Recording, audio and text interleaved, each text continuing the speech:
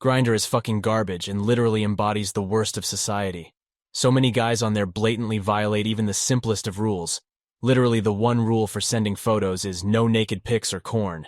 And yet every fifth message I get is some guy showing me their gross and mutated ass ding-dong. The worst part is, I report them to Grindr, and rarely ever does Grindr do shit about it. They are literally unable to enforce their own damn rules, and do so selectively at best. And that's one of the simplest rules in the universe to follow. Didn't everyone else grow up with their mother drilling into their head, "Hey, it's not appropriate to send such pics of yourself"? Or was that literally just me? But no, they violate the rules, and then they bitch and moan and say, "Wah, I lost all my chats. Please don't ban me again." When it was literally their own damn fault that they violated the rules. I went on Grindr that night looking for whatever there was. I wasn't really looking for anything seriously that night, I guess a friends with benefits. I was used to all the corny-ass profiles. Anyways, I turned off the app after all the boredom and dumb people on it. I went to bed till I noticed my phone notification going off. I picked up my phone to see a message in the app from a profile named DL Guy 4343. He seemed like a dry-ass texter, but I of course wanted to see what they looked like. To my surprise, they were not ugly kind of attractive. I was a bit too optimistic, but I wasn't the kind of guy who dealt with stupid shit like that. My mind thought about the whole scenario that night. Was it too good to be true? Did Grindr actually have genuine people who weren't weird as fuck? I mean, I knew people used Grindr for their sneaky links and dumb shit, but I guess I wanted something real and not the fakeness. I never had a good experience from the dumbass app. Anyways, I kept texting the DL profile guy and we talked for hours. The conversation wasn't that bad. After a while he did talk about normie stuff, but he opened up and explained what he did. He talked about being a college student, and how hard it was to have a part-time job and keep up with his grades. He talked about the motorcycle his parents gave him the last year. He talked about how big his ding-dong was, which I didn't give a fuck about because everyone and their mom talks about that on the app, and it makes me cringe. Also, we talked about how we both wanted to look for real people off the app, and we both had good hearts. We both wanted to meet up, which we talked about that. It was supposed to be a casual meetup at like his place. I felt like an idiot requesting that. I should have asked to meet up at a coffee shop or whatever. What if his place looked like a fucking swamp and an ogre named Shrek lived there? I thought of the worst cases. Hell, some people think they find Prince Charming off the app and really do meet fucking Shrek or an ugly monster. We agreed to meet up after I got off work the next day. The next day came and shit, and I was ready to go to his place and see if this was too good to be true. He sent me his location, and I put it on my GPS and started driving towards it. I drove down roads I didn't even recognize, and the trees and city-like surrounding turned to a rural, ugly area. My stomach kicked my gut to drive back, but I kept going. I pulled into a messy-looking parking lot with trailers. I should have knew from that moment to turn back, but I still went through with it. I texted him that I was outside and to let me in. A fat figure started approaching through the door till a fat-ass man I never saw came out. I asked him where the guy I was talking to off the app was, and he told me the guy was inside the house. I was very confused why the original guy was acting like a pussy and could not just go outside himself to greet me. The fat man told me the guy was shy and he would take me to him. I felt like a dumbass bird from one of those Disney movies who don't fit in with the other birds and is the black sheep of the nest. As I entered the house, the place looked like shit, and not only looked like it, but smelled like it. I just remembered in that moment that in the text from this guy, he clearly said he lived in a college dorm, not a ugly ass dump. The fat man explained to me how the guy I was talking to had a foot fetish and loved ketchup a lot with everything. I was weirded out and just plain annoyed. I asked when would the original guy be back because I was wasting my brain cells on this guy. The fat man confessed to me that the man I was talking to never existed, and he catfished me. In that moment, I wanted to beat his ass, but I held my anger in and left his dump as fast as I could. Later that day, as I was driving home, he kept texting sorry and all this sappy junk till I blocked him.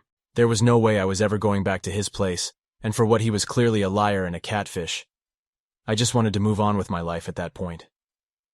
A week later, I went to work, did my usual. I worked at a coffee shop, so I was used to seeing the regulars and knowing the actual tea there or whatever.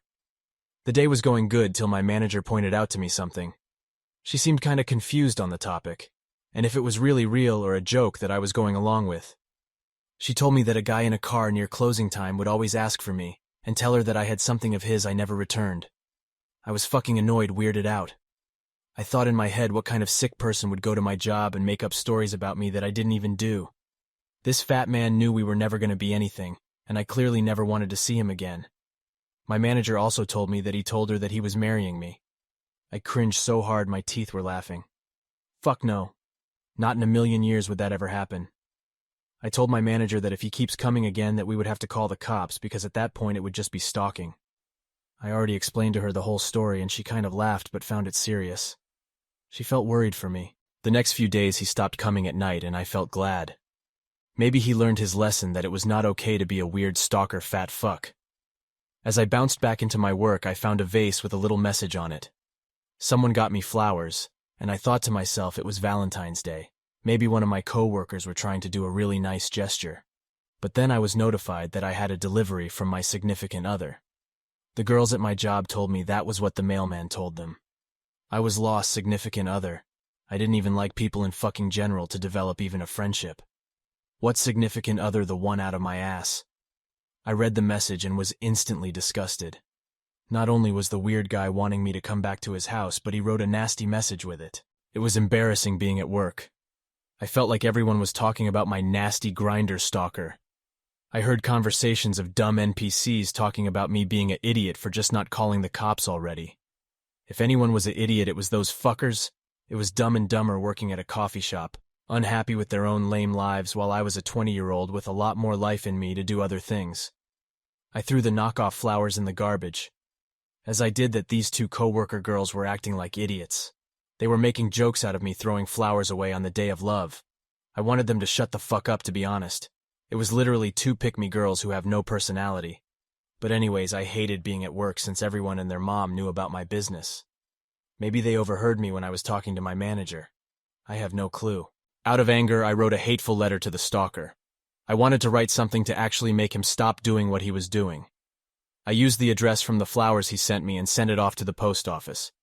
The next day, he sent a fruit bowl, which to be honest looked good to eat, but knowing it was from him was triggering. As I took a closer look, all the ants were having a party over the food pigging out. Along with the fruit bowl, a weird-ass doll that looked like a voodoo doll was on my porch. I finally could not take it anymore. It was almost 2 weeks of this man messing with me, and he didn't get the memo the first time. I decided to call the authorities. But before I could, I saw a news broadcast that he had been arrested for stalking another man off the app and actually trying to hurt them. I was so glad the fucker was going to jail. He deserved it. I deleted the app and haven't re-downloaded it. I think love will not enter my life for a good long while. I am still even more paranoid from this. I never understand why I can never attract normal people like the ones in the romance shows and shit. But anyways, I will probably need to get a therapist after all this bullshit and a new job. I have a hard time relating with normies and developing relationships. Despite me being introverted, I passionately hate people. The way they just act like stupid assholes. They feel the need to assert their dominance and value. It's just a constant battle of ego, and it is ridiculous. The amount of times I've encountered someone who thinks they're too good to talk to me, associate with me, the amount of times I've encountered someone who condemns me, ridicules me, judges my every action, the amount of times I've encountered someone who talks down on me, disrespects me, acts foolish with me without even knowing who I am is insane. But moral of the story, I won't ever try finding love on Grindr.